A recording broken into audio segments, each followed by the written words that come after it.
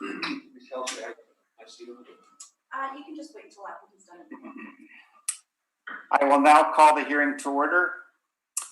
I would like to begin by acknowledging that we are in Treaty 1 territory and the traditional homeland of the Métis Nation.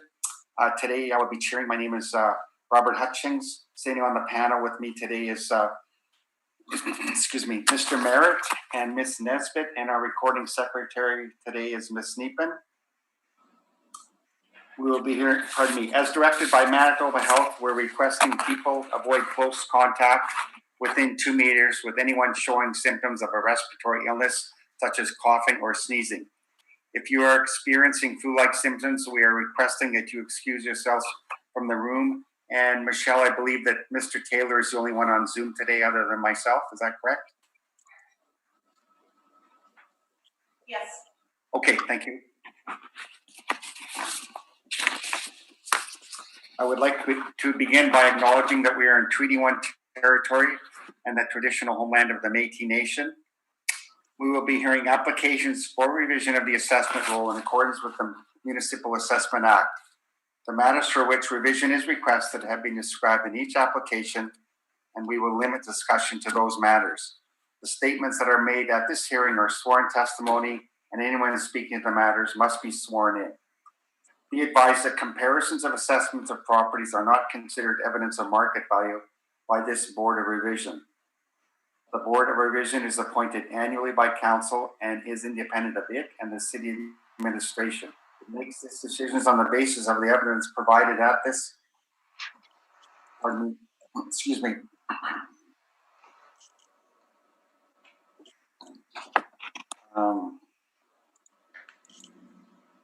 makes its decisions on the basis of the evidence provided at this hearing and issues a written order that will be mailed to all parties as soon as possible.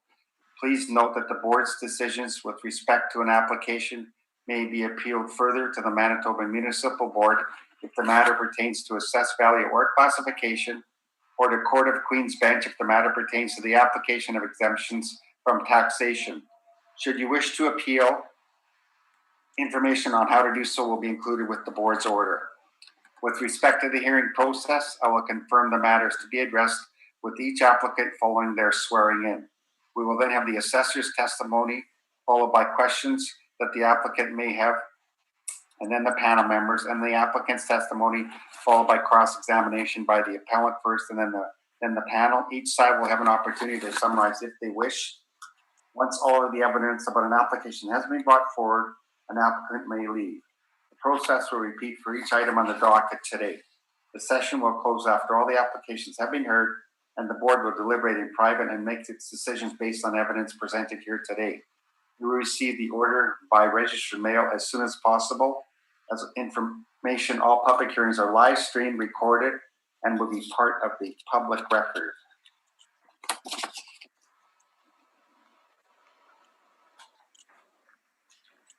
Okay, first on the docket today, I guess Mr. Sitkowski, we're going to have you come forward, please, and be sworn in. It'll be 213 St. Mary's Road. You're dealing with a 2021 realty appeal. And Michelle, could you swear in both the assessor and the appellant, please? Do you affirm that the evidence you're about to give at this hearing to be the truth, the whole truth, and nothing but the truth? Hi, Mike. Hi. Can you state the full name, please? Mike Taylor. Do you affirm that the evidence you're about to give at this hearing shall be the truth, the whole truth, and nothing but the truth? I do.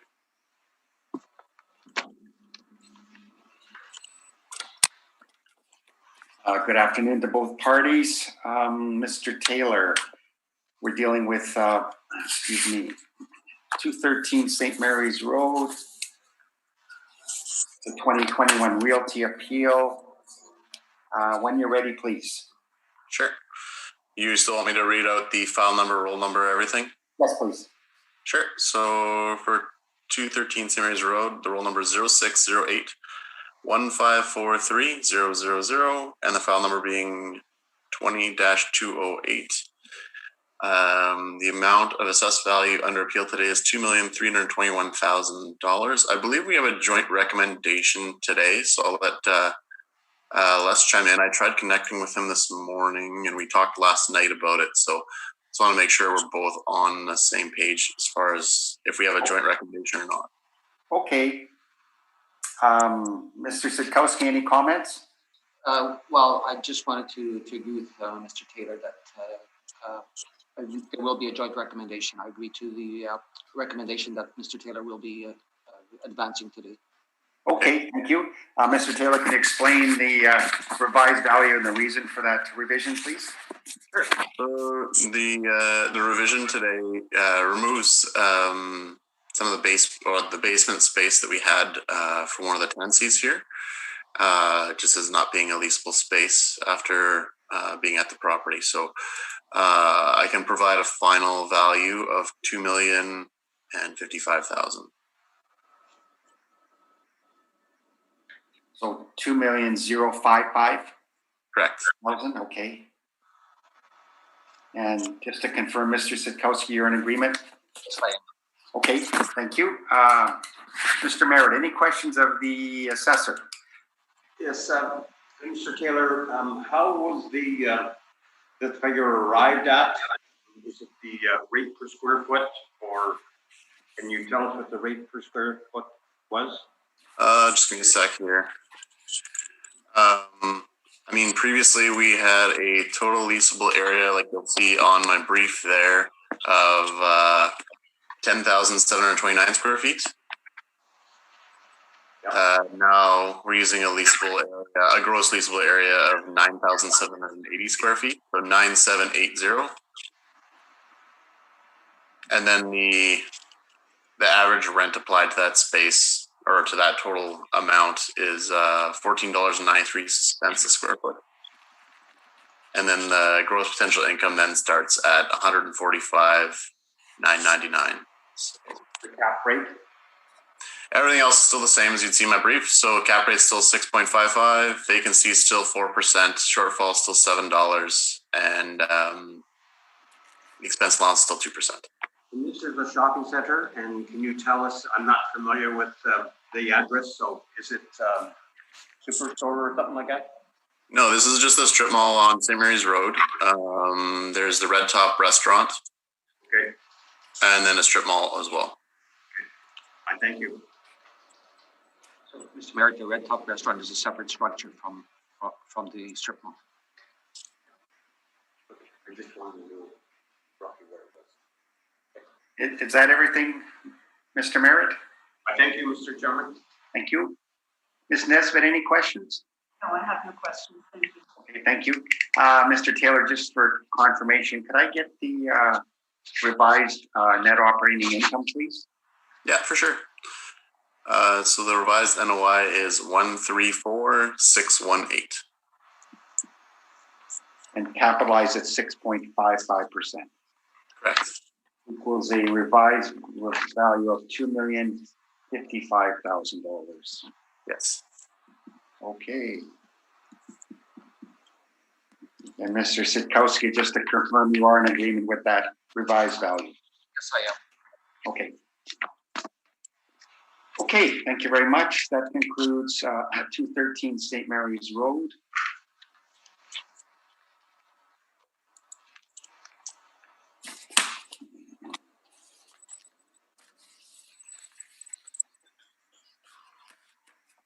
Okay, next property on the docket is 1715 Kenniston Boulevard. And we're dealing with a 2021 realty appeal. Mr. Taylor, when you're ready, please. Sure. The file number for 1715 Kenniston Boulevard is 20-473. Roll number being 0309-145-0000.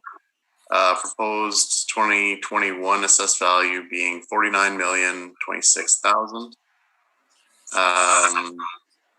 Essentially, with this one, I was the assessor on the file for this property for 2020. For the appeal, it's been since appeal for 2021.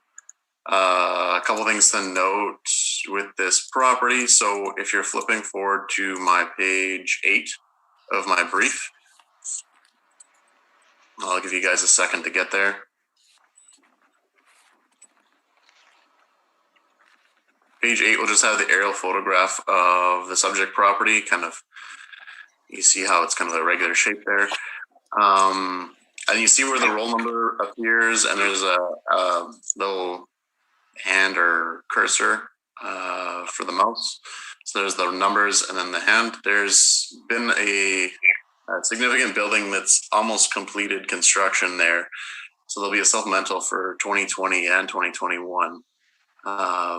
So today I'm just asking the board to confirm the value, the same value that was confirmed for 2020 for 2021. Okay, thank you, Mr. Taylor. Mr. Sitkowski, any questions of the assessor? No questions. Okay, thank you. Ms. Nesbitt, any questions of the assessor? Yeah, just so that I'm oriented properly, is this where the co-op gas station is? And then right across from that is the Marshalls and all that development in there Yes. along the back? So if you're looking at that page 8, Yeah. the co-op gas bar has its own, you can kind of see the canopy and structure there just fronting onto Kenston Boulevard. It's on its own roll number. Same with the McDonald's is on its own roll number. Same with the Steinbach Credit Union, the Canadian Tire, and the Lowe's has its own roll number. But the roll number we're looking at today has like all the pad site restaurants like the Mongo's Grill, and at the back there that you see that backs onto like more residential is all those Sport Check, Atmosphere, all those tenancies there. Okay. And you indicated that there'll be a supplementary bill coming because of that development. Do you know when that development's going to be completed? Like as of my inspection a couple weeks ago, the building is completely completed on the outside. Concrete flooring is poured. You just have to fit up for tenancy, kind of thing. So. Okay, thank you. Thank you, Ms. Nesbitt. Mr. Merritt, any questions of the assessor? Yes, thank you. Mr. Taylor, the cap rate for this particular property is 6.45. Correct. And the previous one, just offhand, was 6.55. So why the difference between these properties? When we're looking at a strip mall restaurant on St. Mary's Road that's older than this, I don't know if you want to call it like a big box retail development, quite different property type. So I don't know if we can really compare the parameters too much. I mean, this is being valued as a neighborhood shopping center, whereas the last one we were looking at was a strip mall. So. Mr. Taylor, thank you. Thank you, Mr. Merritt. So, Mr. Taylor, this was heard in 2020. This roll number was appealed? Correct. Everything to do with that is just at the end of my brief. Sorry, kind of a larger submission here today. I think it's the last 4 pages, like pages 40, 41, 42. I just have the appeal to the municipal board for 2020, and then the order from the board of revision is page 43 and 44. Would you mind stating that for me, please? The order? The order? Yes. The order is on page 43 and 44. There.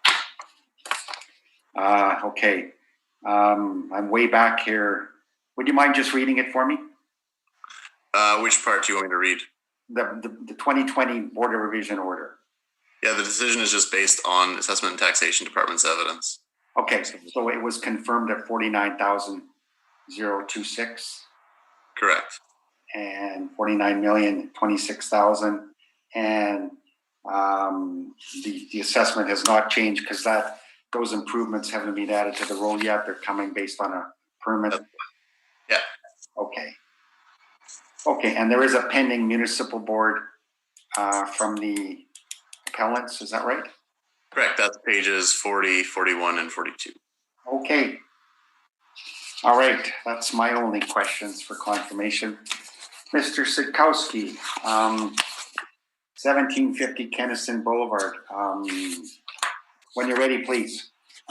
Well, as supplementary assessment notices will be for this property, hopefully in the not too distant future, we would like to confirm the current assessment. Okay.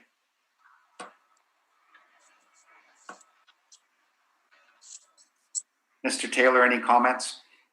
Nope. Okay, thank you. Mr. Merritt, any questions? I have none, Mr. Chairman. Thank you. Thank you. Ms. Nesbitt? No questions, thank you. Thank you. And I'm good too. Just to confirm, Mr. Sitkowski, you're asking for confirmation of the current value, 49,026,000. Yes, Mr. Chairman. Okay. Thank you. That concludes 1750 Kenniston Boulevard. I think that's it for you, Mr. Sitkowski, I believe. Thank you. Thank you very much. You'll hear from us as soon as possible, okay? Pardon me? Let me just double check. Let me just sit over here and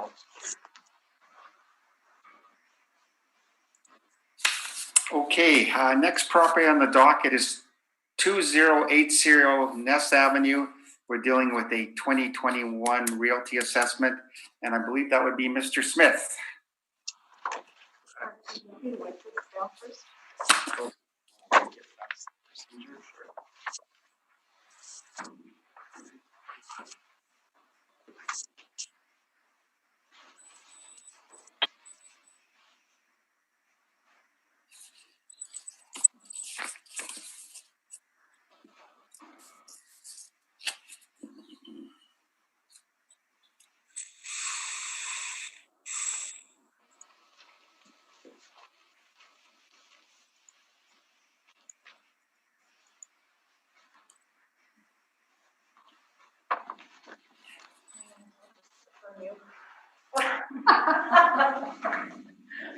Can you state your full name, please? Do you affirm that the evidence?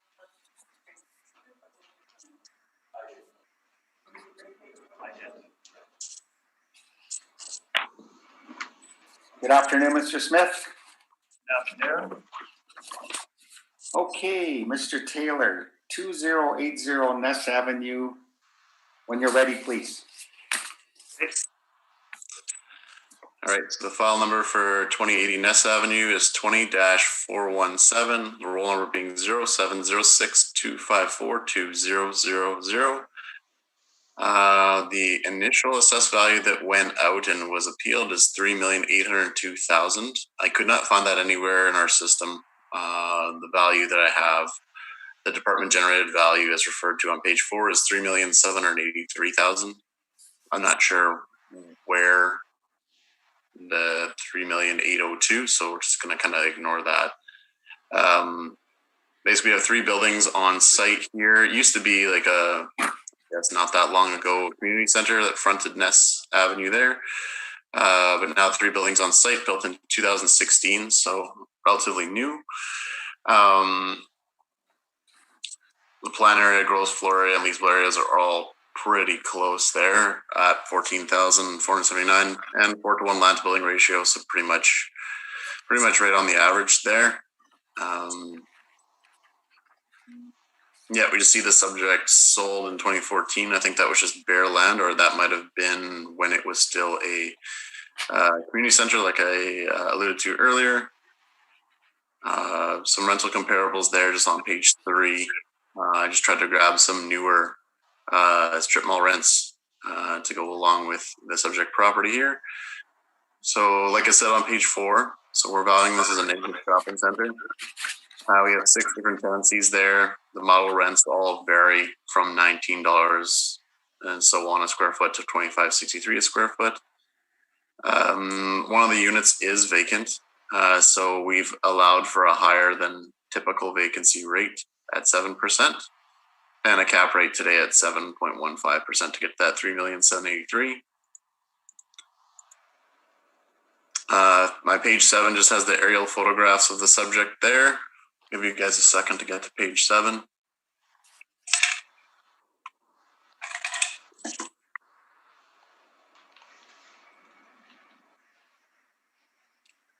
So yeah, you can see it right there on the south side of Nessa Avenue. Basically the parking lot looks out towards, I guess, the airport and everything else there, that big field for planes to come in for landings. And there's a Tim Hortons just off camera to the west of the subject property as well.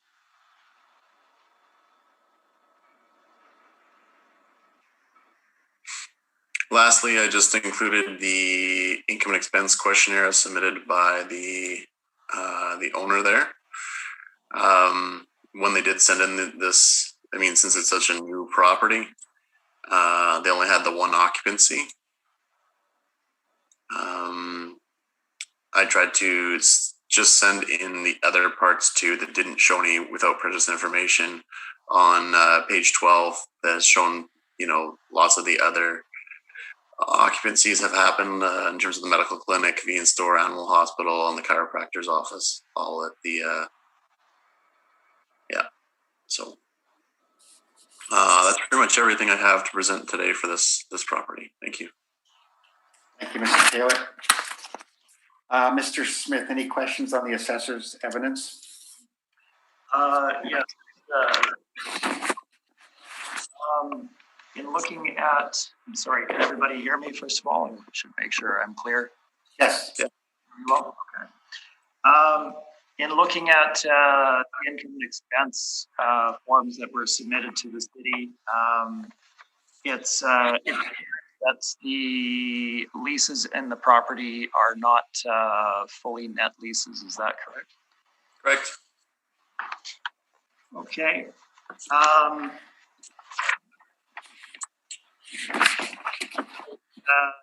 This is a little difficult with Zoom meeting in distributing rebuttal information, but I do have a little bit of rebuttal. I'm not sure what the process is for that these days. I think it's all a little new to all of us. Thanks, Michelle. Yeah, we can take a break and I can scan it. Okay. We shall recess and to allow Ms. Neepen to make copies and forward it. Okay, great. Thank you. Appreciate it. Or 2 paper and 1 email, I guess, Michelle, whatever you think is best. So we'll recess for at least 5 minutes. Okay, can we start now, Michelle? Yeah, we're good. Okay, so I'll call the hearing back to order. So Mr. Smith, Mr. Taylor, you've got the rebuttal information for 2080 Ness Avenue? Yeah. Okay, so Mr. Smith, whenever you're ready, I guess we'll deal with the rebuttal first, okay? Okay. So as you can see on the document that you've got in front of you there, the rebuttal document is simply an illustration of where the city's comparable rental properties are located and just a general image of each of them. So if you look at the first page of my rebuttal document and the third page of the city's brief, comparables 1 through 3 are at 980 St. Anne's Road. I've got an image of the very recently constructed facility there. You can see the tenancies in this property are of a retail nature, typically. You have a restaurant, a vape shop on the end. I can't make out all of the others. I know there's another restaurant, I believe, in there as well.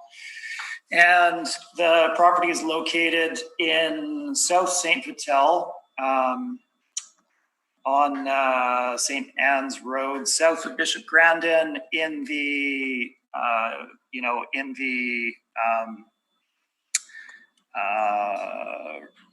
close proximity to Royalwood and to the southern end of St. Patel. So higher level of home construction, greater income level, etc., driving this particular development and the types of tenancies that are going in there. We can flip forward to the next page, comparables 4 and 5. This is 1115 Gateway Road. Again, image at the top and the map at the bottom. If you look at the picture, you can see the retail nature of the tenancies. It also has a credit union on site, and immediately south of the property across McLeod is located a Real Canadian Superstore. So it's kind of at a retail node itself. With significant other developments of retail in the same vicinity. Moving on, comparables 6 and 7 at 230 Marion Street. Again, you've got a picture at the top and the map at the bottom. It's located quite close to downtown on the main commuter route through St. Boniface to other areas of the city, including Transcona and other areas of St. Boniface and St. Patel. Finally, last page, comparables 8 and 9. This is actually 1800 Court, and it's mislabeled as St. Mary's Road. My apologies for that. The picture at the top and the map at the bottom. So you can see the location of this in relation to where the subject property would be. This is in the River Heights area, quite close to Kenniston, quite close to Tuxedo. Brand new development. It had a restaurant on the end cap of the unit, which has subsequently run into legal issues and has gone out of business. And they have 2 other retail tenants in the back end of the property. So considerably higher end location than the subject property, as I would state that the others are as well. I can answer questions on rebuttal if there are any. Okay. Mr. Taylor, any questions on the rebuttal? So your rebuttal elements, you're just trying to prove that the neighborhoods these new buildings are in are nicer than the subject? Essentially, I'm just letting the board see where the rental comparables are located and what types of tenancies they are. Yes. So when you look at the location of these comps in relation to the subject property, I would certainly argue that they're better located and would draw a higher rental rate than the subject location.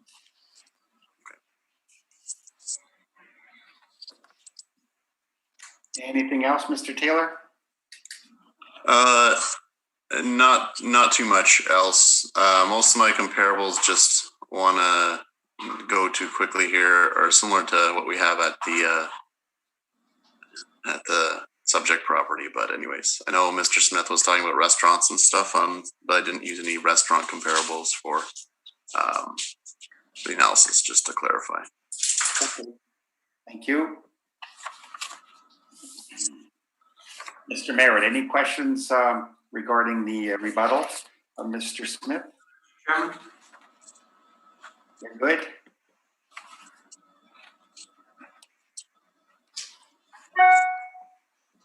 So you'd like me to continue, Mr. Chair? No, Ms. Nesbitt, any questions regarding the rebuttal? I do have a question. Mr. Taylor, we've heard evidence that these comparables might draw a higher rental rate given their location. What would you say to that? Do you agree with that or do you not agree with that? I didn't really hear you comment one way or the other. Yeah, I mean, I can get they might draw a higher rent from the influence for the properties on Gateway. I mean, there are other, like he talked about, there's the Superstore, there's a McDonald's nearby, the Gateway comparable, but I mean, St. Anne's Road, there's really nothing within walking distance other than there's I think Crevco pool store nearby for the comps at 980 St. Anne's Road. He is right that it's closer to like Royalwood River Park South, so newer homes than what you'd see along Ness.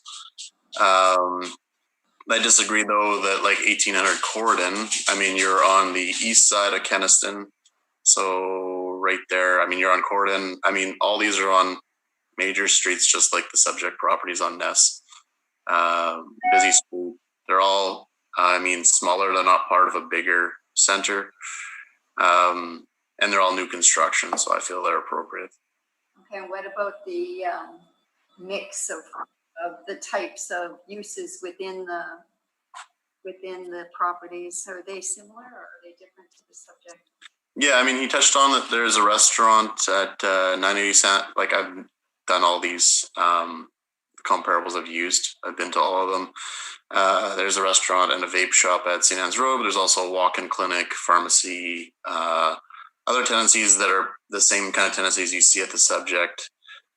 Same thing with Gateway. There is a convenience store, like mom and pop kind of convenience store, if you want to call it that. It's not a 7-Eleven or anything like that at Gateway.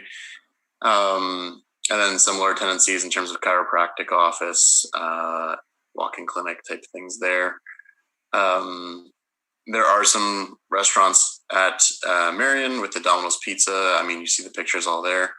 But yeah, I'm trying to just show, again, new construction, strip mall, the rents that they're getting at these newer strip malls are developing. Okay, thank you very much. Thank you. Ron, do you have any questions of the assessor's evidence that he presented? No, sir. Thank you. Thank you. Mr. Taylor, my first question is, just to confirm, the actual number in the roll is $3,783,000. Yeah, the roll went out at 3,802,000, but again, the number that's in our system, and that wasn't like it went out at land value or anything, Mr. Chairman, that I couldn't find that number in the calculations for it. That's why I'm just saying that the department, the valuation there is a 3,783,000. Okay, but the official roll number is 3,802,000. Yep. Okay, thank you. And you said that you, I guess somebody or possibly you reviewed the workup on the subject property and overrode the model and allowed 7% vacancy for the strip mall. Yeah, it wasn't myself. And just to clarify, I did send Mr. Smith the appropriate workup with this 3,783 ahead of time, just so he knew that it wasn't the 3,802. But yes, you're correct. One of the assessors at the department overrode the vacancy from 4% to 7% to allow for that one unit that's unfinished. Okay, and my last question. So your blended rate is $21.11. I believe so. Yes. Okay, thank you. And was there an appeal filed at the Board of Revision in 2020? I don't believe so. No. Okay. And to your knowledge, there's no pending municipal board? No. Okay, thank you. Okay, that's all my questions. Mr. Smith, do you have any? I know you presented rebuttal. I can't remember if you asked questions on the assessor's evidence yet or not. I haven't yet. No. Okay, would you like to proceed, please?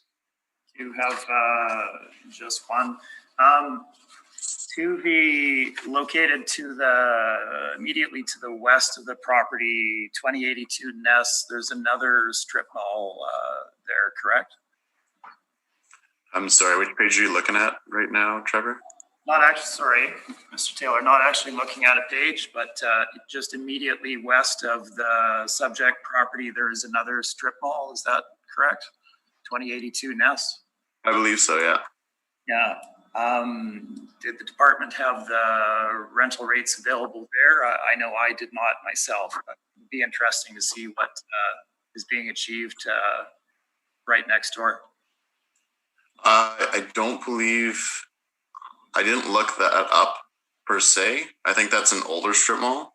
And again, I was trying to achieve what rents were being, I should have put that in hindsight, but no, I was just looking at strip malls that are newer that I'd been to or had an appeal that I'd been into the units for comparables. Okay, thank you very much. That's all of my questions. Thanks. Okay, thank you. Okay, Mr. Smith, when you're ready, please. 2080 Ness Avenue. All right, so 2080 Ness Avenue is property we're dealing with today. It is a relatively recently built strip mall located in the North St. James area. If you look at the cover page of my brief, you can see an external shot of the property. I think what I'd like us to do to begin with is just flip to page number 10 to orient ourselves to where the property is. So if you look at the red dot on page number 10, make sure everybody's there first. Are we all in on track? So the red dot is where the subject property is. It is located, halfway down Ness, roughly, from Polo Park, and immediately north of the subject property is the Canadian Forces Base and airport. So there is no development to the north of the property. There is one lonely Tim Hortons, I believe, on the north side. Other than that, it's green fields. And if you look at the area that the property is built in, it is St. James. It's an older section of St. James. So you're looking at home values that would be significantly lower than, say, if you were looking at property in South St. Vital with close proximity to Royalwood, other newer South St. Vital areas, some of the other comps that have been brought forward. This particular property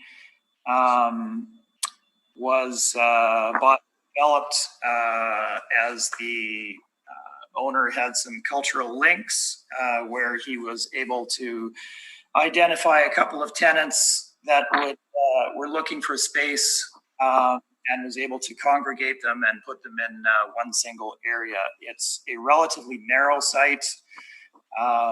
From a retail development perspective, it's certainly not ideal. If you flip to my page 9, you can see the site description page. You can see how long and linear it is. Certainly there's parking available there, but if one were to build a typical retail mall these days, you're looking for much more depth than that for the parking field. And better access from the roadways, and typically better exposure on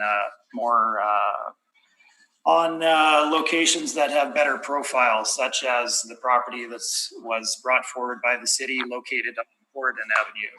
There is no comparison between property in the River Heights area adjacent to Tuxedo, which all of those commuters go down, versus Ness Avenue.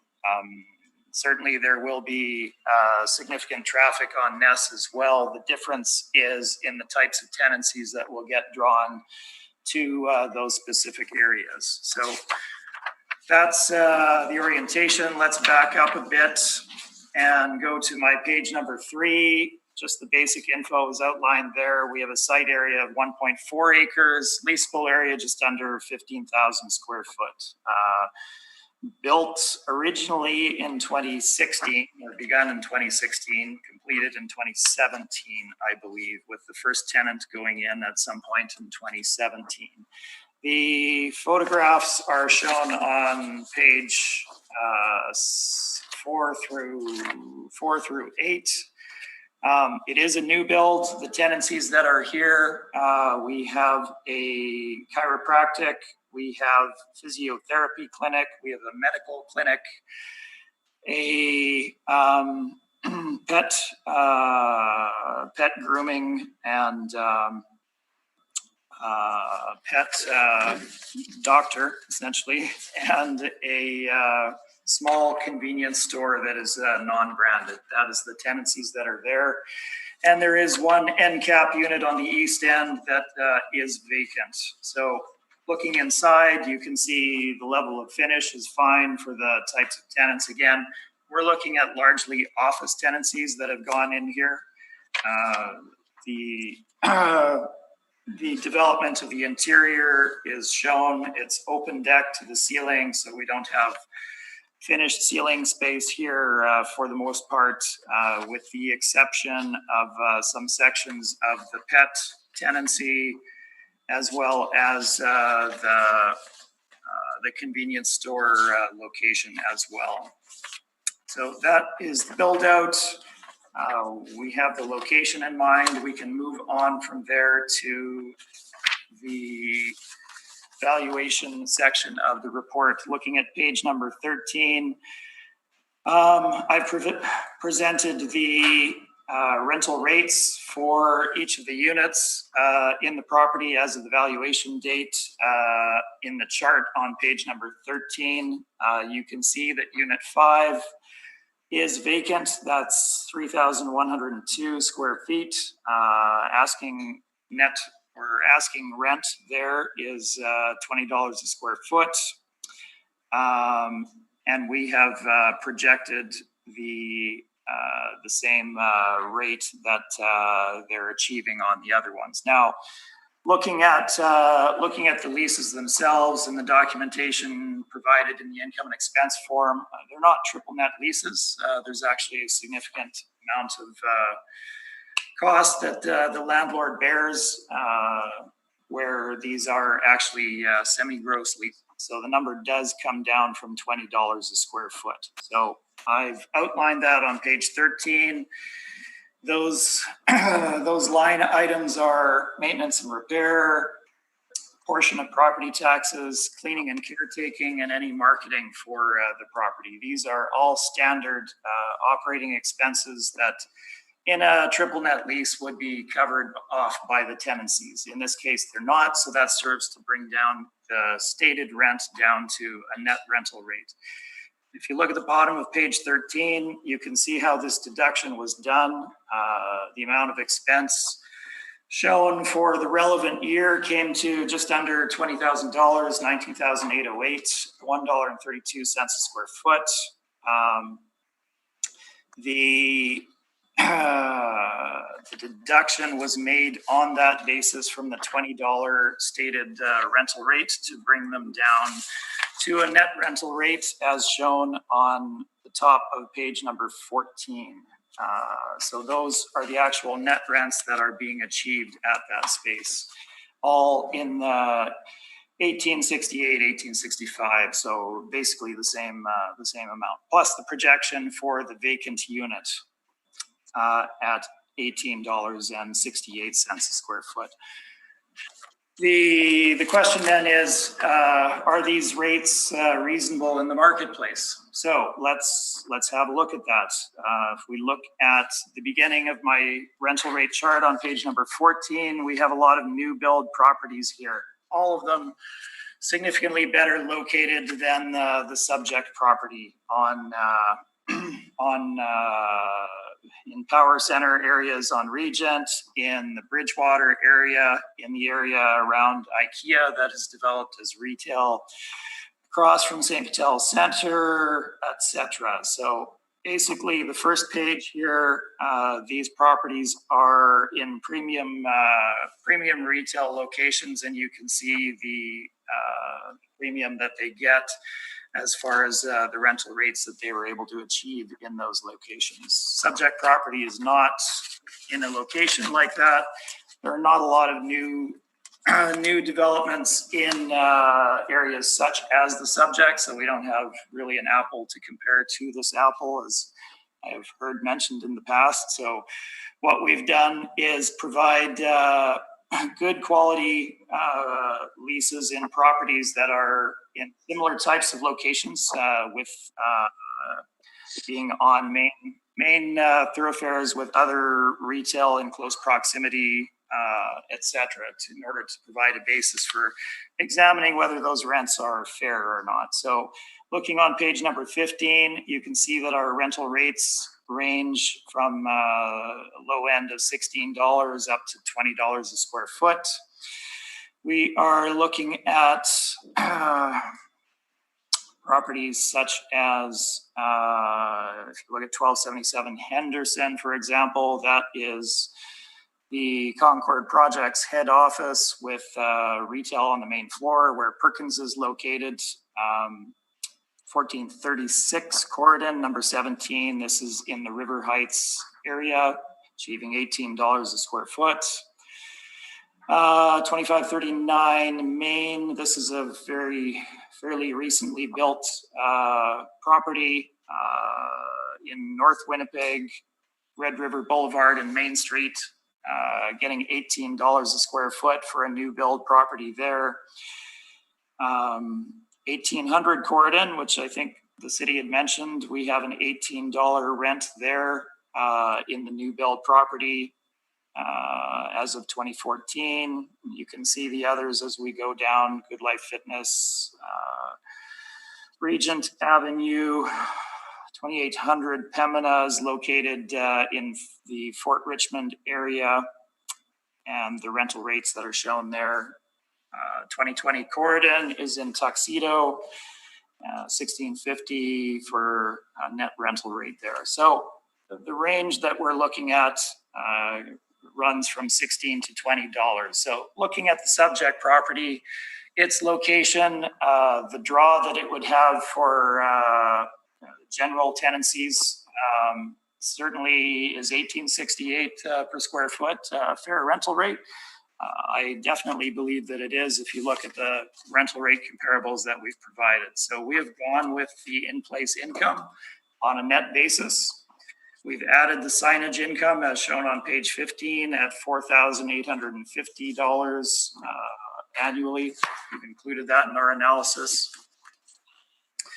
On the vacancy front, looking at the top of page 16, we provided you with the statistics from the Johnson report. We're all familiar with that. Retail strip center vacancy at the end of 2017 was averaging 3.9%, with a 5-year average of 4.6%. Overall retail vacancy rate of 5.9%, so almost 6. The subject property itself, again, we're all familiar with the location. It has had 3,102 square foot vacancy since the time of development. This is 20.7% vacancy. It's proving somewhat difficult to lease that unit up. And the owner has stated that the location has had an impact on his ability to fill that with a typical retail tenancy. So we're not asking for 20%, but definitely the vacancy for that area would be higher. So we're looking at a 10% vacancy for the subject property in our analysis.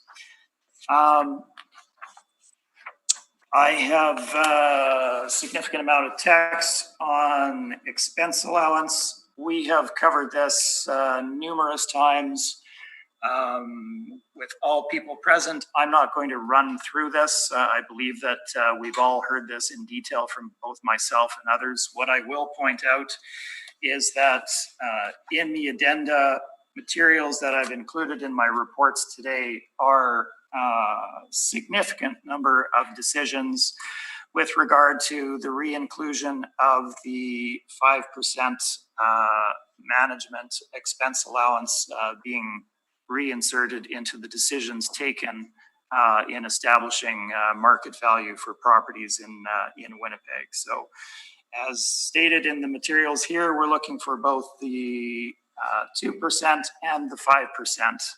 And feel free to look at the decisions that are included in the addenda materials. Our sense in looking at our decisions as well as in discussions with others in the industry is that the trend was that the 5% was getting reinstated in the valuation of commercial properties. So that is our expectation for today going forward.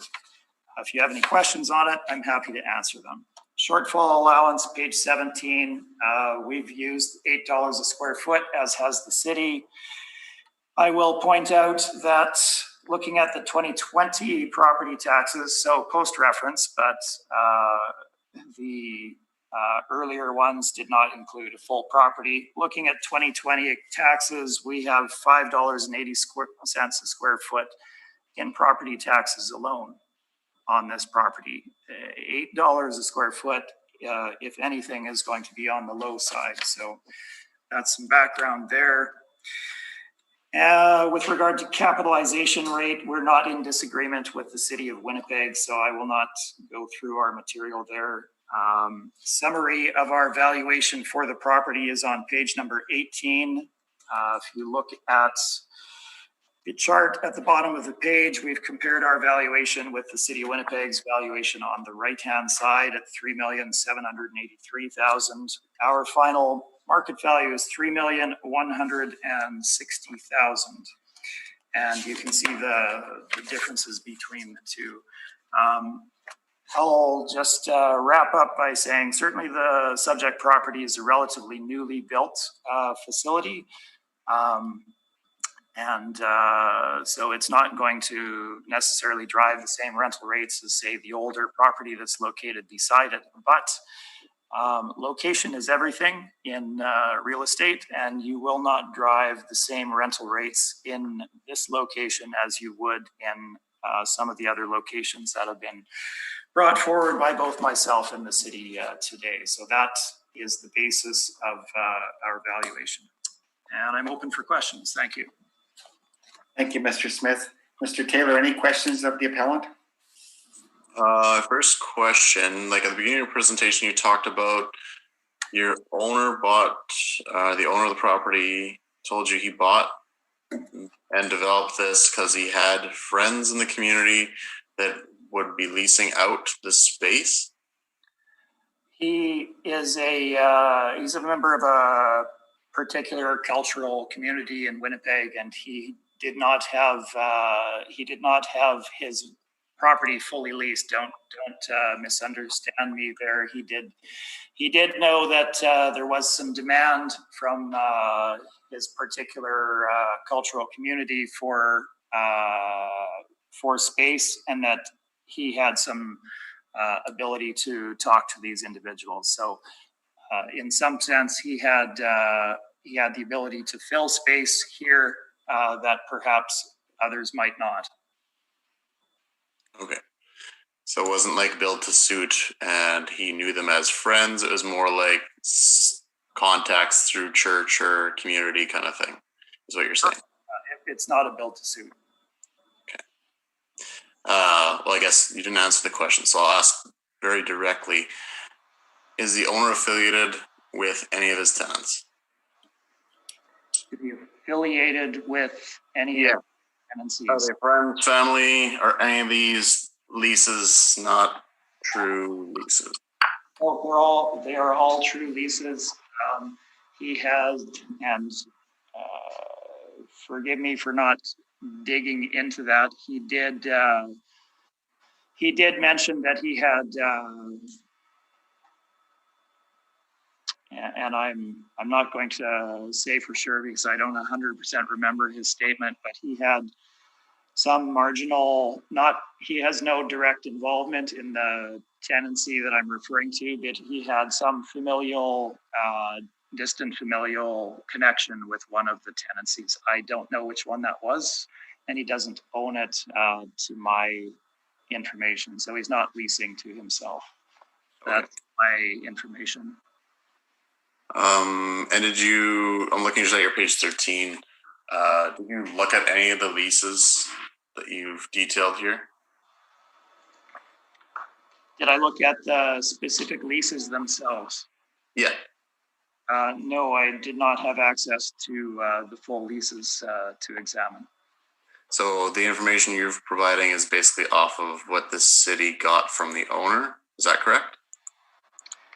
That is correct. Yes, I had. And if you look into the addenda materials, I had, as you had mentioned in your materials, I provided the information for, I think it was 2019 as well, because the property wasn't fully leased at the valuation date. So I did provide that information and utilize that in providing that detail to value the property. Okay. Well, I just want to ask a couple questions then about the mailer, since that's what your leasing stuff is built off of. You don't have my mailer in your, or the department's mailer in your brief, do you? I believe I do, and unfortunately, I don't have the ability to number these things. If you look at Appendix 3, Addenda, we've got the income and expense forms following that. Okay, there we go. Okay, so I'm on that page, I think. It's the 2017 mailer, right? Correct. And I have the other one included as well. And I'm just confused because on their mailer, when I was reviewing it, it's hard to discern because they haven't put any expenses on for 17. And when I looked at the 2018 one, they had no expenses listed there as well. They've checked off that it's partially owner occupied, and that the income type is completely net. In addition to that, they say that the property taxes are recovered on one page, that they're not on the next page. Sorry, I'm looking at your 31st page, which has like the tenant verification form with the Vera Chiropractic. Right. So there they put it, they check off that it's a net lease with the instructions above. If it's a net lease, put an X. Right. They also put an X for property taxes, and they also put maintenance and repair. But when we're looking at the other stuff, they say it's recovered, but it's not recovered. So it's just kind of confusing. So it'd be helpful if we had the leases to go off of too, to see what, like if they have separate recoveries for these. Yeah. So it's hard to tell if they're net or they're semi-gross or whatever is all I'm trying to. Would you agree to that based on the information we're looking at?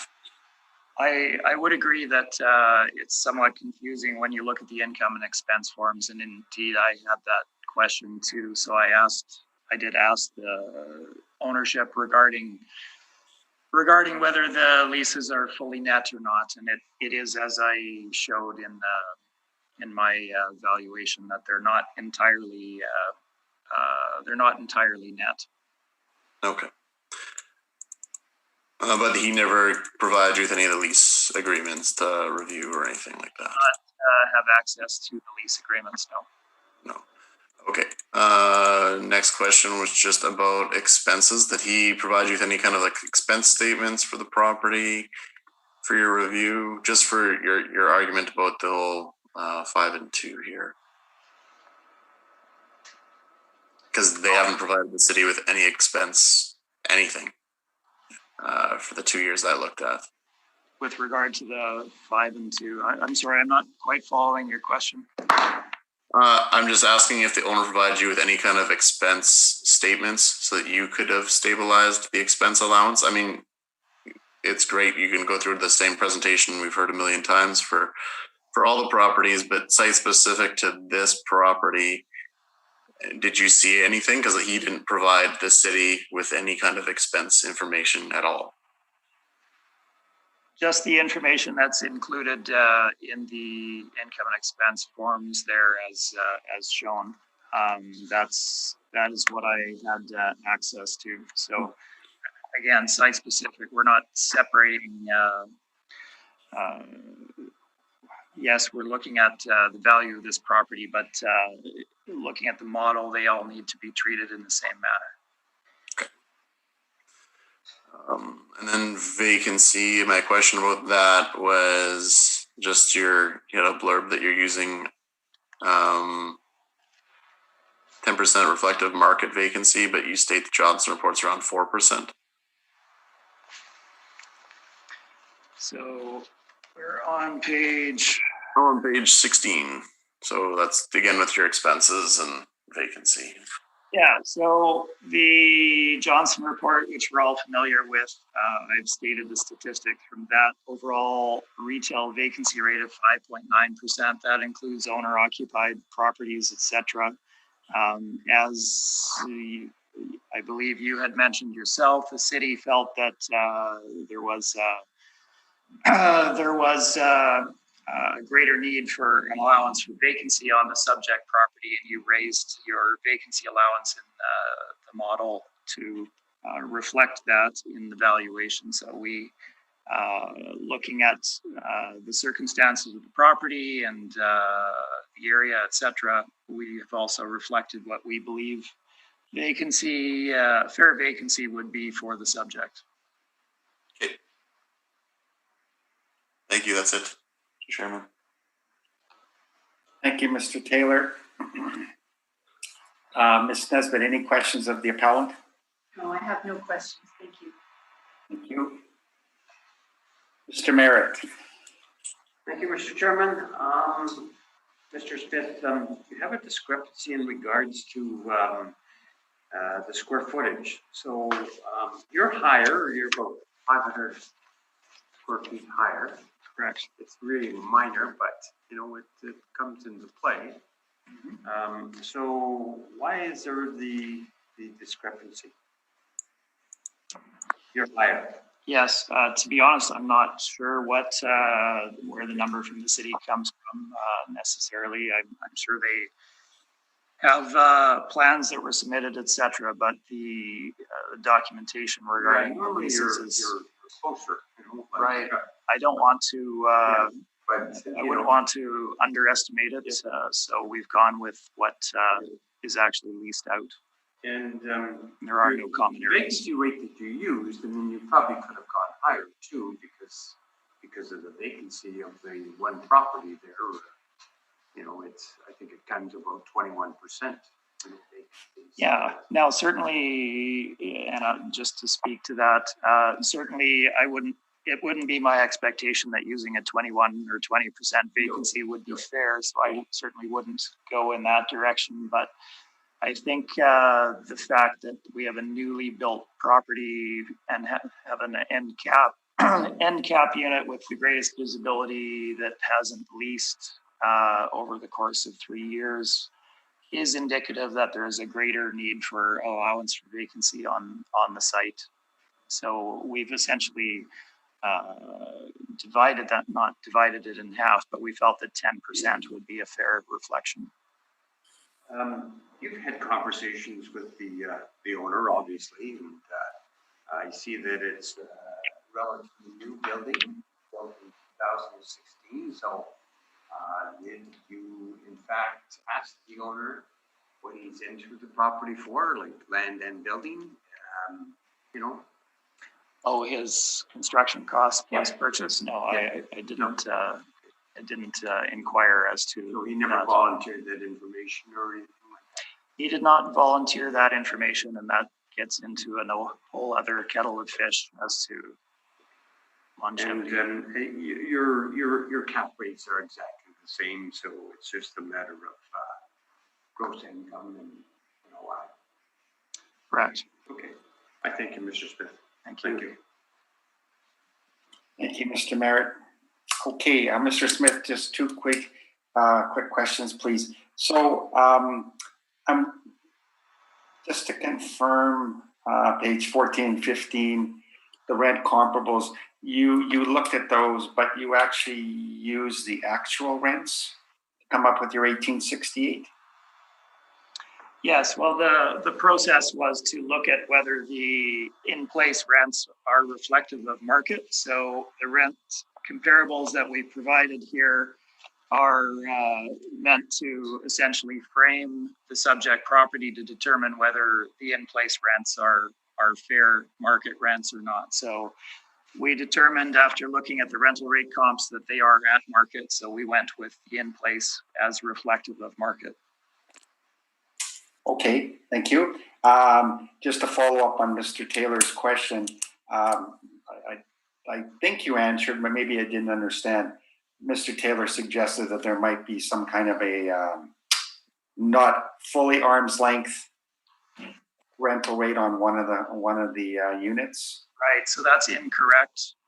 He has no involvement in any of the businesses on site according to what he has told me, he does have distant familial connection with one of the tenancies, but each of the tenancies is not a single operator. There are more than one owner of each of these, with perhaps the exception of the chiropractic, who he has no relation to whatsoever. Given that, any negotiation done was at arm's length. It's not like he's leasing it to his brother or his wife or his son or anything of that nature. They are arm's length. I've satisfied myself to that.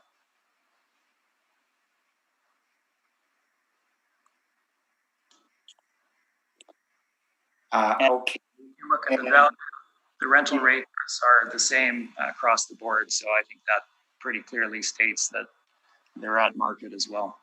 Okay. And the 10% vacancy, the assessor's at 7%. He said he did a revision, or another assessor did a revision to reflect the condition of vacancy that's going on there. You chose the 10% because of the Johnson report only? No, I looked at the Johnson report. I looked at our other indicators of market vacancy in the retail sphere.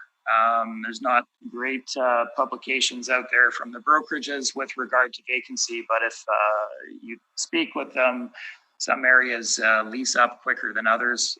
Main point that I was looking at is the fact that we have a newly built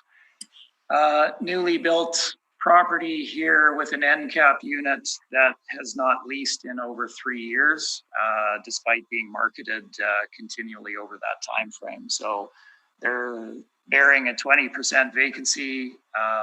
Obviously, we're not suggesting that 20% should be allowed for it, but certainly it's been a challenge to lease. So we feel that 10% is reflective of a market vacancy for the subject.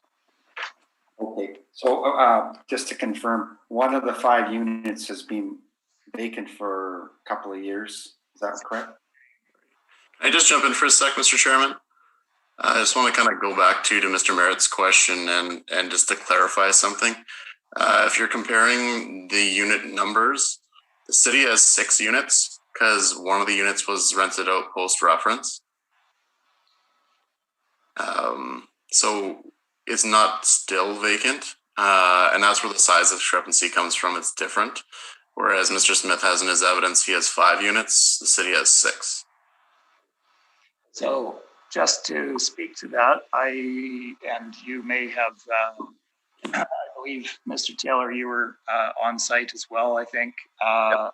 My inspection took place just before the submission of this brief. I think there's even a photo of the unit. If you look at the top of my page number 6, that's the vacant unit. I took that in late August.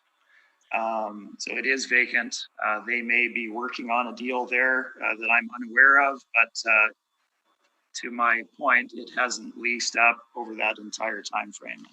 To my knowledge, it is still vacant at the time being. Okay, so maybe Mr. Taylor, so you're saying that unit, let's call it unit 5, has been split and there's actually less vacant space currently, physically? Currently, that's what I'm saying, is that his unit 5 was split, and in that building there's 2 occupancies. One is vacant, as his picture shows. The other portion of the building is occupied. So it's not, and that's where the discrepancy in square footage comes from. Is we've added them in for business assessment, and again, the occupancy happened post-reference.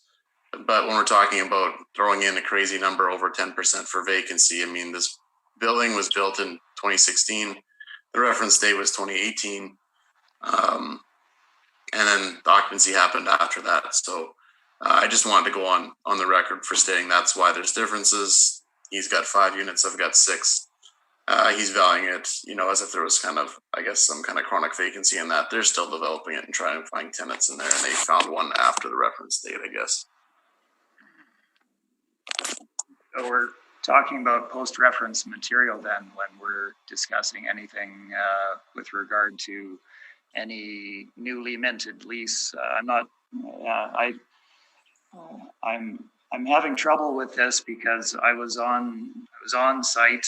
I looked at the unit, I spoke with the owner, and yes, they're marketing it, and yes, they're talking to agents and tenants, etc. But to my knowledge, there is no, and again, the photo is there for us all to see. It's not leased, and if it was, that's again significantly post-reference. So the point being, it was originally built in 2016-17 and has been vacant since that time frame. Yeah. So my thing though is like we're valuing it physically as of January 1, 2021. And we don't, like, as of today, there's 6 units in the building, is what I'm saying, not 5. So you're listing that vacancy, that 3,102, and just, you have the picture there, but there's not 3,102 square feet currently or physically that look like the picture on your page 6, correct? No, there are, because I took that, as I stated earlier, I took the photo in late August when I expected the property, roughly 3 weeks ago. Yeah. Okay, we'll consider both the evidence presented by both parties. My last question, Mr. Smith, is what kind of lease rate are they asking for that vacant space over the last 2 years? Would you have that information? I don't have that information, but based on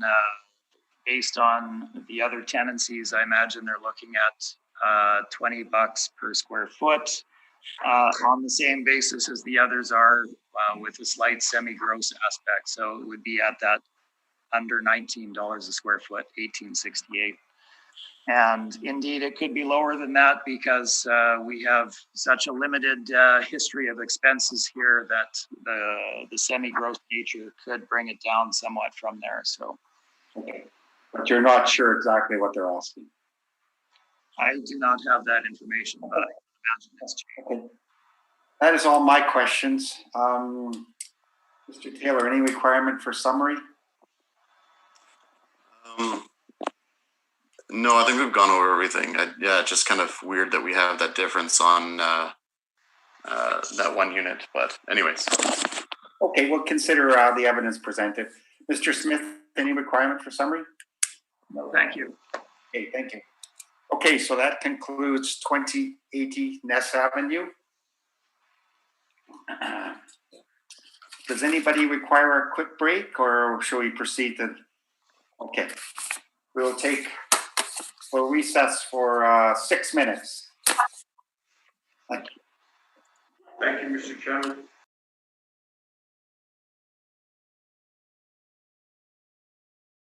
Okay, we're good. Okay, I will now call the hearing back to order. Next property in the docket is 280 St. Anne's Road, and it's a 2021 realty appeal. And I think we'll deal with the preliminary issue here. The assessor requesting burden of proof be placed on the applicant for non-cooperation. Mr. Taylor, shall we deal with that first, please? 280 St. Anne's Road. Yeah, for sure. Okay. Do you want me to read out the roll number and stuff first, or just go straight into the non-co-op stuff? No, yeah, for the record, please read everything in. Sure. Okay, so for 280 St. Anne's Road, the file number we have is 20-416. Roll number is 08001 986500. And proposed 2021 assessed value is $1,289,000. Page 2 just shows we haven't gotten a response from this owner since 2007 for income and expense information. And then I guess page 8 is where the non-co-op stuff starts. So we just have the tracking, and that it was signed for by Jay Ganesh,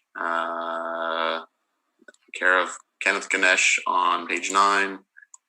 The blank mailers 10 and 11. Page 12 just shows what they submitted back in 2007. And page 13 just showed it was filled in by Kenneth Ganesh, the Same, I guess, relative or same person that signed for that registered mailer back in 2018. Okay. Mr. Smith, any comments? No, I have none, thanks. Okay, thank you.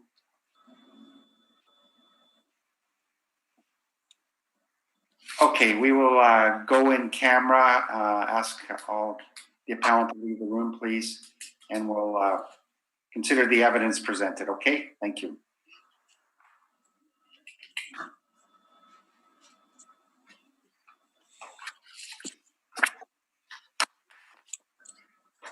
I'll call the hearing back to order. The panel has considered the evidence presented by both parties, and the request for non-cooperation will be allowed. So Mr. Smith, you will proceed. The burden of proof is on you. Thank you. Okay, thank you. So 280 St. Anne's Road is the property we're dealing with today. You can see from my cover page that it's a fairly small strip mall on. Sorry, Trevor. Would you mind reading in the roll number and everything for the record? Sure. No problem. So we are dealing with border revision file number 20-416. And the roll number is 0800198650. Thank you. Address 280 St. Anne's Road. So just to resume, so you can see from the cover photo, fairly small strip mall located in St. Vital. The tenancies are by and large local. There is a Chicken Delight outlet there. As far as brands go, this is not one of the bigger ones, and indeed it's been there for quite some time.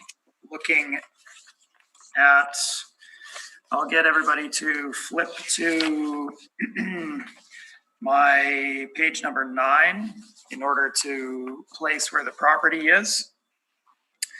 So the red dot indicates where the subject is. It is located south of Fermor Street by roughly 2 streets in that St. George area.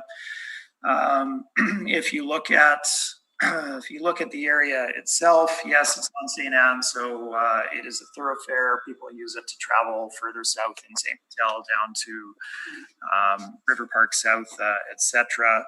But the area that this type of property of this size generally services is the immediate area. So if you look at the immediate area, it is on the east side of St. Anne's. It's dominantly multifamily rental properties on the east side, generally of a lower income for the most part, with some that are more retiree oriented that are higher income. The housing on the west side is generally starter homes, bungalows for the most part in that St. George area. I've spent a fair bit of time in the area over the years, very familiar with it. So that is the location we're looking at. I will get you to flip to my page number 3, basic information about the property. Subject property was built in 1968. It has not been expanded since that time frame, so that is the date of construction and the age of the property. Obviously, there's been renovations that have been done for various tenancies since that time frame, but that is the age of the structure. It's zone C2. It has a relatively small parking field on site, as you can see in the photos, and the overall site area is 5,364 square feet. Now, bear with me for just a moment. The leasable area, which is an issue with the subject properly, has been misstated on my page number 3. It is not 5,364 square feet. That was put in error by another individual. The actual leasable area of the subject property is 5,810 square feet. So if you could all just make that change, that would be great. This represents the main floor area of the property. As you can see from the photos, it's not a 2-story property, it is a single story. There is basement space for this property. As you can see on that page number 3, there's a total of 4,158 square feet of basement space. This is non-leasable space.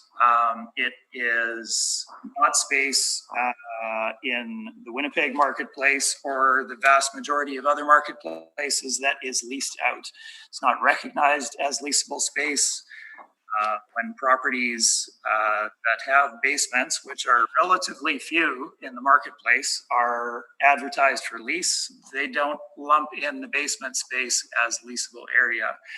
I will, and while we're talking about different fields here, I will use the example of when you look at a residential property that's listed for sale, they'll indicate the amount of square footage that the property has. When you look at the square footage that they indicate, it represents the above ground area. So that being the main floor and any floors that are above that. Any basement space is not listed as part of the area for the property. They may obviously discuss it and indicate it, but they don't lump it in as area. Now, these are vastly different things, but it is the practice in Winnipeg and all other markets that I have been a part of, that basement space is not leasable space. I have examples of this, and unfortunately, I was looking to bring one of our retail specialists from Cushman and Wakefield Stevenson, our commercial brokerage, to be here today to speak to the issue of basement space and whether it's included as leasable space in the marketplace. And unfortunately, each of them was busy today, so I was unable to bring them, but I thought it might be informative to have another expert in the commercial real estate field come here and essentially confirm the information that I will tell you. I aim to do that in the near future when I have another one of these come up, but unfortunately I was unable to do it today. As far as examples go, I would point to West Kelowna Shopping Center, which is roughly 1650 or 1680 Main Street. There is a Dollarama that's located in that particular property. It has virtually a full basement space in there. Our firm was involved in the leasing of the property, and the lease is such that the tenant has full use of the basement space, and indeed it was somewhat renovated or reconstructed for their use, but they do not pay any rental rate, any rent for the use of that basement space. And indeed, they were unwilling to pay an additional amount to reflect the utility that that space might provide them. It's simply there. They use it as storage space, essentially, and the rate that they pay is based on the above ground area. This is the case virtually across the board. If there are exceptions, they are a minuscule amount of the local market as well as other markets. So that being said, the subject property does have basement space. It is not leasable area. It's not space that has another access to it. You don't have private access to it. So you could not lease it out to another tenancy. It's simply space that is there for the tenant located above them. Do they use it? Yes. Do they use it a lot? Not necessarily. And it is simply storage. So the rent that they pay struck according to the leases as shown here, or the lease information shown here, is representative of what they're paying for their whole space. So there is no rent paid for the basement. And indeed, if you look at the information provided, it simply states the above ground area. So when we get to the city's information with regard to the basement space being, contributing towards the value, it's simply not the case. Does not represent market information. And I would love to have another expert to be here to confirm that for me. We have numerous of them, but unfortunately are not available today. So again, we're looking at 5,810 square feet. Photos of the property begin on page number 4. You can see the local nature of all of the tenancies. You can see the interior of the property as far as the build out goes. So it varies somewhat. You have the grocery store shown at on page number 5 and the build out of that, somewhat older, obviously. We have a either hairdresser or nail salon, I forget, shown on page number 6. At the top, we have the optician at the bottom, and then the interior of the Chicken Delight at the bottom of page 7. So that's what we're looking at in terms of the property itself. The exteriors are as shown on page number 4. Moving on to value. So I have broken down the property for you on page number 12, and we have gross rents here. So I've gone through the exercise of bringing these rents down to net rental rates. And they are shown as net rental rates on the chart at the bottom of page number 12. The rents, pardon me, are range from just under $12 to $12.66, with one at $6.45 a square foot. That being unit number 4. Unit number 4 is the optician. The lease there was signed in 2018. And so very recent rent, and they are paying $6.45 a square foot for the space that they occupy. Now, this might seem out of the norm. So what we need to do is confirm whether that is representative of market or not. So I have 2 other similar properties that are very similar to the subject that I've provided on the next page, as well as some other rental rate comps as backup as well. So if you look at the top of page 13, we have 836 St. Mary's Road.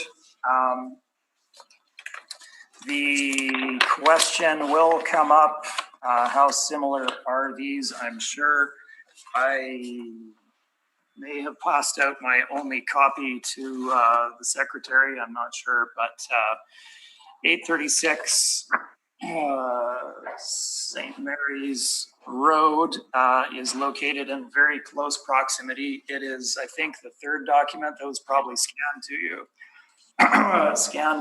Pardon me. Thank you, Michelle.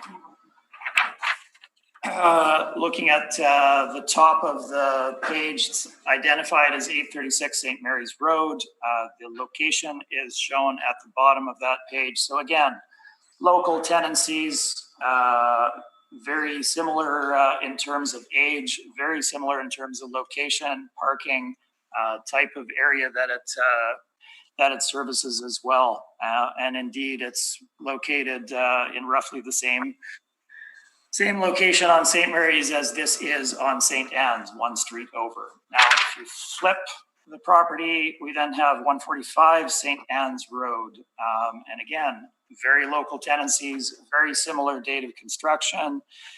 And the location is shown there on St. Anne's, north of Fermor, servicing a very similar type of neighborhood as the subject itself. So as close as we can get in terms of comparable properties. These were both properties that were, or one was on gross rents, the other was not, I believe. So we've presented the net rents for each of these in the charts on page 13. 836 St. Mary's Road. We have rents ranging from $8.10 a square foot up to $10.60 a square foot, with one unit at a relatively low rental rate of $4.41 a square foot. Pardon me. 145 St. Anne's, below that, our rental rates are in that $10, $10.50, $11.25 per square foot for essentially the same property and virtually the same location.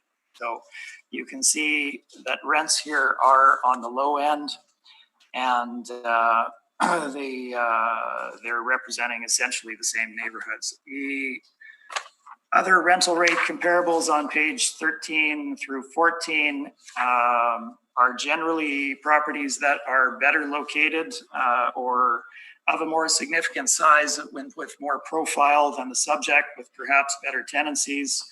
And you can see the rental rate ranges there are in that 10 to 11 to 11.50 a square foot range as well, with one or two at 12 and 12.50 per square foot. I'm very happy to dig into these if you'd like. I'll leave it at that for now. I think the evidence from the closest very similar properties does point to the subject properties rates being at market. I think the fact that the most recently signed lease in 2018 was showing a rental rate of $6.45 a square foot speaks to demand for the property and location. So the rents are supported. We feel they're at market, and I think we've proven that. Page number 14. Signage income, not parking income. We've included signage income in our valuation as they do achieve a bit of signage revenue for the property. Vacancy for the subject, page number 15, moving on to expenses, we've used 4%, as has the city. They don't have a chronic vacancy issue here. It's simply reflective of market vacancy. The expense allowance, I will not go through again. I trust that you will review the materials in the addenda, and we feel that our position is very well supported both by ourselves as well as other appellants in bringing forward the actual expenses borne by ownership. Shortfall allowance, $8 per square foot is certainly acceptable for the subject property. Our capitalization rate that we've applied is 7%. I'm not going to go through that information as we're essentially at the same as the city, and our overall market value is summarized on page number 17. We arrive at a final market value of $710,000 compared to the city's $1,283,000. Now, you might look at that and go and think, well, that's extravagant. How could it be half of that? Well, several points. If you look at my first page, again, the city has included over 4,000 square feet of non-leasable space in their calculations. This is not a fiction. That is market. It's not leasable space. I cannot emphasize that enough.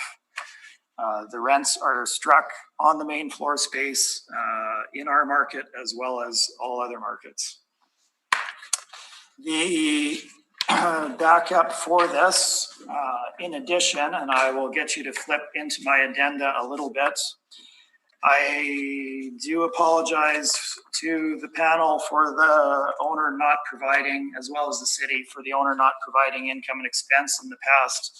I have included the information that was provided to me on income and expense in the addenda as the first pages. You can see beyond that,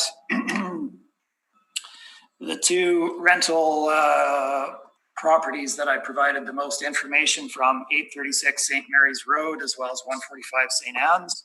We had under appeal in the 2020 cycle, and I provided the information from that. We have the decision based on, for 836 St. Mary's, based on adjusted net operating income. And then I provide you the background from our brief, giving you the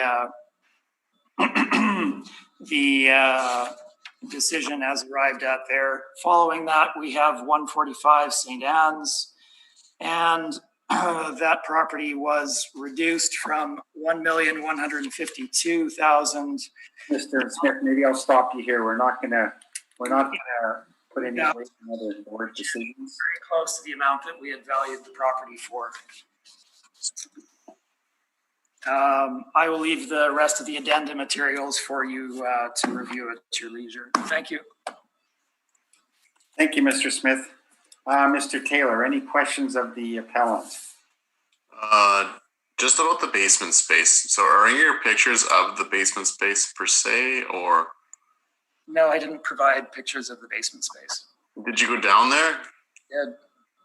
Yeah, and can you just like, aside from saying it's not leasable, is it just like low ceilings? It's just like concrete? What does it look like down there? Well, it varies slightly, but yeah, concrete or tile and concrete walls. It's not leasable space. Okay. This is kind of a weird situation, but can Trevor and I have a quick phone chat in the hall? Just to go over stuff, because we can maybe be able to come to a joint rec taking that basement space out. I never got down there to see it. Sure. You know, I'm going to ask a question right now. Of course you can, Mr. Taylor. I'm going to ask for some clarification, if you don't mind. Mr. Smith, you stated at the beginning that there was a correction to the square footage of 5810. That's correct. Yeah. Okay, but then in your workup on page 17, you're using 5364. Am I missing something here, or? Page 17. You're using the original uncorrected square footage that you had corrected? Okay, may I have just a moment here? It could be that I've misinformed you. I was looking, I made that comment. That's for your comparable at 836? The site area had been, appears to have been put in incorrectly. So, you are correct. My apologies. It is 5364. Okay. And was from another one. I was looking at the site area, which has been entered correctly. I apologize for that. So we are dealing with 5,364 square feet in the income valuation. 5,364, yes. My apologies. Thank you. I just wanted to clarify that. Okay, and so we'll take a recess while Mr. Smith and Mr. Taylor discuss a possible agreement here. Sure. Yeah, and Trevor, your cell number is just that direct one in your email, right? No. You're going to shoot me a quick email and I'll give you a call. Sure.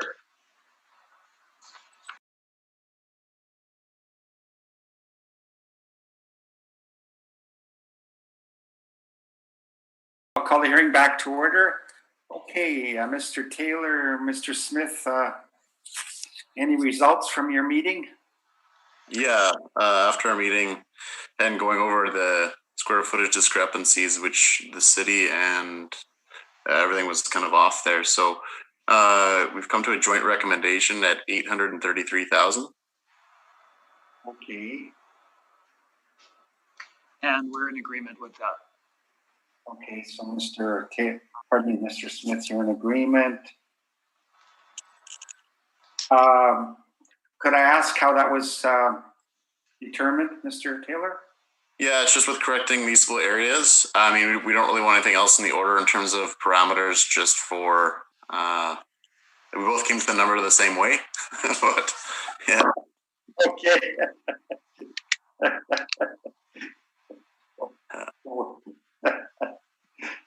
Okay. Mr. Merritt, any questions?